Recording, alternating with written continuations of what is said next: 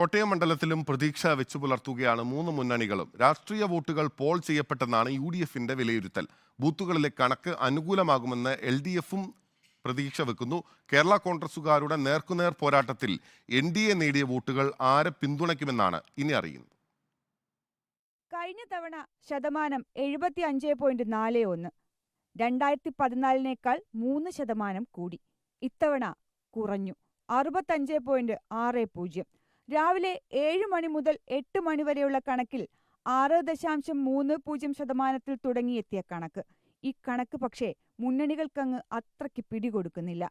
കേരള കോൺഗ്രസ് ജോസ് കെ മാണി വിഭാഗവും ജോസഫ് വിഭാഗവും തമ്മിലുള്ള പോരാട്ടം എന്നതിൽ തുടങ്ങി വോട്ടെടുപ്പ് കഴിയുമ്പോൾ UDF LDF മത്സരമെന്ന് പറഞ്ഞുവെക്കുന്നു ജോസ് കെ മാണി. അപ്പോഴും വിജയത്തിൽ ആത്മവിശ്വാസം. കോട്ടയം ലോക്സഭാ മണ്ഡലത്തിൽ ഇടതുപക്ഷ ജനാധിപത്യ മുന്നണി സ്ഥാനാർത്ഥി ശ്രീ തോമസ് ചാഴികാടൻ അഭിമാനകരമായ ഒരു വിജയം കരസ്ഥമാക്കും. അതിന് സംശയമൊന്നുമില്ല.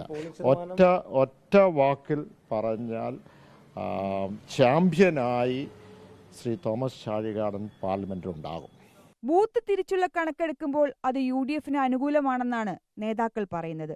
പക്ഷേ UDFന്റെ ശക്തി കേന്ദ്രങ്ങളായ പാല, കടുത്തുരുത്തി എന്നിവിടങ്ങളിലെ വോട്ട് കുറവും വൈക്കത്തെ കൂടിയ വോട്ട് ശതമാനവും കണ്ടില്ലെന്ന് നടിക്കാനാകില്ല മുന്നണിക്ക്.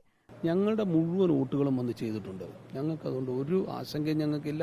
ഞങ്ങൾ വലിയ ഭൂരിപക്ഷത്തിൽ ഓട്ടോറിക്ഷ ആദ്യ സ്പീഡിൽ മുന്നോട്ട് വരും. പരമാവധി വോട്ടുകൾ സമാഹരിക്കാൻ കഴിഞ്ഞുവെന്ന് NDA മുന്നണി സ്ഥാനാർത്ഥി തുഷാർ വെള്ളാപ്പള്ളി.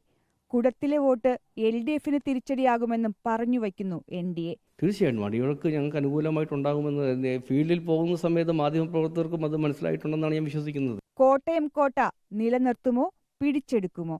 ആകാംക്ഷയുടെ മുൾമുനയിലാണ് കോട്ടയവും. കഴിഞ്ഞ തവണത്തേക്കാൾ, അതായത് 70-ൽ കുറഞ്ഞ പോളിംഗ് ശതമാനം. ഇത് ആർക്ക് അനുകൂലമാകുമെന്നോ ആർക്ക് പ്രതികൂലമാകുമെന്നോ പ്രവചിക്കാനാകാത്ത സ്ഥിതി. എന്തായാലും ഒന്ന് വ്യക്തമാണ്, കുടത്തിൽ വീഴുന്ന ഓരോ വോട്ടും ഇടതിന്റെയും വലതിന്റെയും വോട്ട് ചോർച്ചയ്ക്കും പരാജയത്തിനും വിജയത്തിനും കാരണമാകും. വീഡിയോ ജേർണലിസ്റ്റ് രഞ്ജിത്തിനൊപ്പം reporter PR Praveena, in Reporter, Kottayam.